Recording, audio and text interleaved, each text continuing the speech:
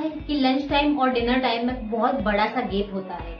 Evening आते आते हमें बहुत भूख लगने लगती है, पर अगर तभी कुछ तला हुआ खा लेते हैं तो हमें रात का खाना नहीं जाता है।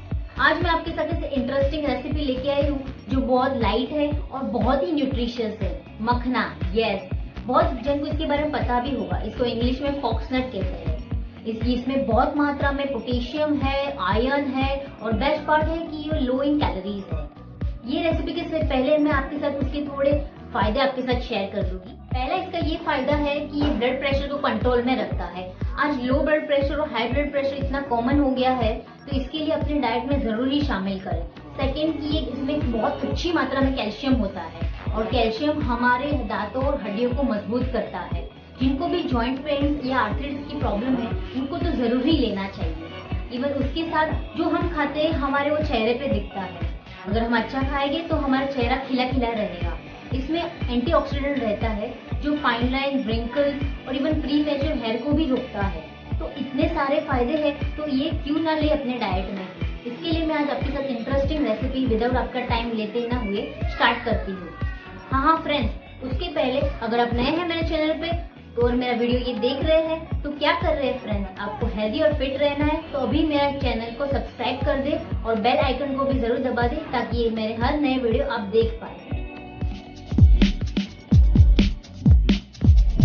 तो फ्रेंड्स, हम मखना भेल बनाएंगे। उसके लिए पहले मुझे मखना को रोस्ट करना रहेगा।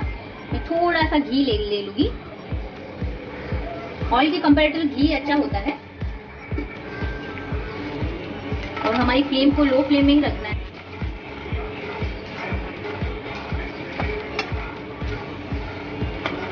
हल्की हल्की वो ब्राउन हो जाएगी, क्रिस्पी हो जाएगी, तब तक इसको भूनना है।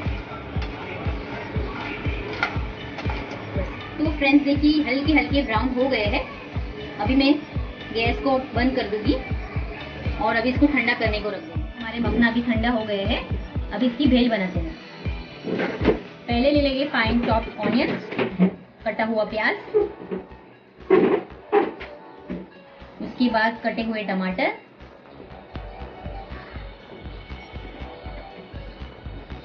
उसके बाद मैंने ये पुदीना और धनिया की चटनी बनाई है, अभी उसमें भी 1 चम्मच डालेंगे।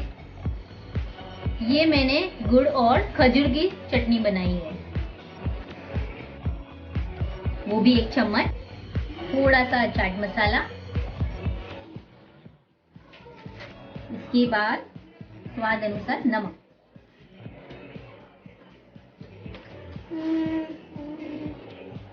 अभी ये नायलॉन सेव, देखिए बारीक सेव जो रहती है ना, वो भी डाल देगी। देखिए कितनी अच्छी लग रही है, पूरा भेल ही लग रहा है। बाहर जो भेलपुरी मिलती है, पर ये ज्यादा हेल्दी है।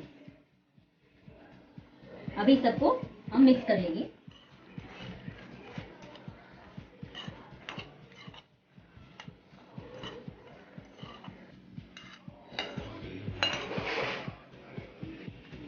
देखिए अभी इसमें मैं गार्निश के लिए थोड़ी सेव और थोड़े अनारदाना। देखिए कितनी ब्यूटीफुल लग रही है हमारी भेल। तो फ्रेंड्स, आप भी जरूर ट्राई करिए ये रेसिपी और ऐसी इंटरेस्टिंग रेसिपी के लिए मेरे चैनल को सब्सक्राइब करना ना भूलें।